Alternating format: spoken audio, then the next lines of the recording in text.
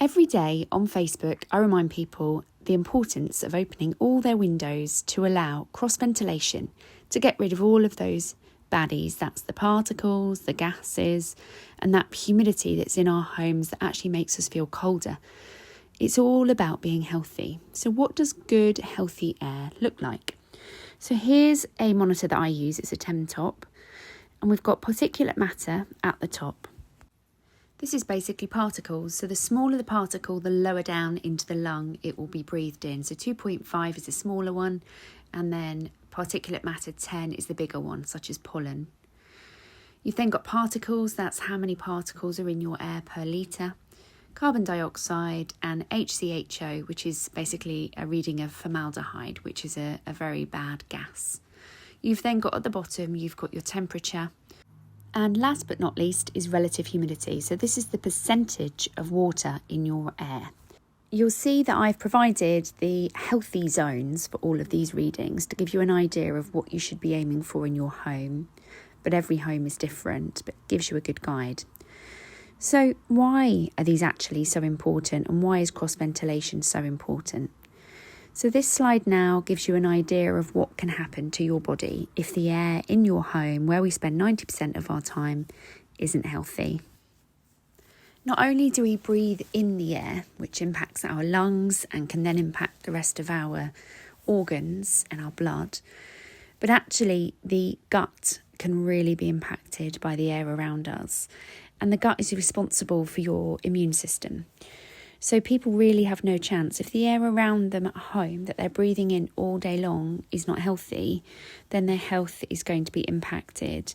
It may not show in the short term, but it will show in the longer term. So things such as not being able to get pregnant, heart problems, cancer, all of these are linked to poor indoor air quality. So now what I'm going to do is I'm going to take you on a walk around my house.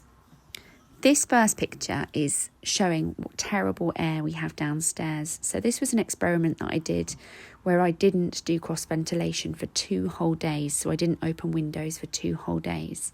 We had normal mechanical ventilation working in wet rooms, so bathrooms, downstairs loo, kitchen, but we didn't open any windows. And you can see here how much higher the particles are. So we're at 166.6 particulate matter 10, and up to 15 is the healthy zone.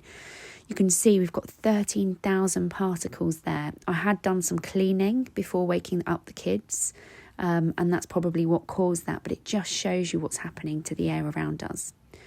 So what I'm going to do now is I'm going to walk through the hallway and upstairs. So this temp top takes about 15 seconds to read the immediate air around it. So I'm going to walk past the bathroom and into my son Otto's bedroom. So right now they are all asleep. So you'll see here there's no windows open. Otto's fast asleep. So I'm just going to read the air around him. So straight away you can see that all of the readings come right down. So particulate matter 2.5 and 10 have come down, although they're still incredibly high. Particles have plummeted. CO2 is now sitting at 600. Anything up to 800 is good. And formaldehyde is really low. You'll see there that unfortunately this reading's in Fahrenheit, but the temperature is okay, but the relative humidity is really high. That's really high for our home. Relative humidity is different in every home, but you should aim to be between 30 and 50. You'll find homes that are sitting quite happily at 60, even 65, and that's just about the makeup of your home. But the safe zone that I recommend to people to aim for is between 30 and 50. So now we're going to leave Otto's bedroom and we're going to go into Phoebe's bedroom. Phoebe has asthma, so I take a lot of care and attention to the readings in her bedroom all the time, and we try to make sure it's not cluttered and that there's good airflow. So we'll pop into that room now and have a look. So let's have a look at Phoebe's readings. Okay, so you'll see the particulate matter jumping around. I've got a screenshot here just so that I can talk through it. So particulate matter 2.5 has dropped into the healthy zone. We're still quite high on the particulate matter 10. Particles is still quite high. Carbon dioxide is around what it should be. And then you'll see that the formaldehyde is really low too, but we've still got the relative humidity is high in this room. As soon as we open the windows in this room, everything would go back to normal, and because we're letting out that humidity, that relative humidity would drop back down. So now I'm going to go upstairs to, it's not Florence's bedroom, it's actually my bedroom, but it's where Florence ends up most nights. So we're going to go into the loft room and have a look at Florence's there. So as you'll see, Florence is still fast asleep here. So let's have a look at what happens in this room. So straight away, we've got the particulate matter 2.5 and 10 jumping around. Particles are so much higher. So on that middle floor, they drop right down, but they're now going up again. And if you notice, the carbon dioxide is also jumping up upstairs. So if you watch now, over the next couple of seconds, it jumps right back up. So for carbon dioxide, around 800, anything less than 800 is advised by the World Health Organization.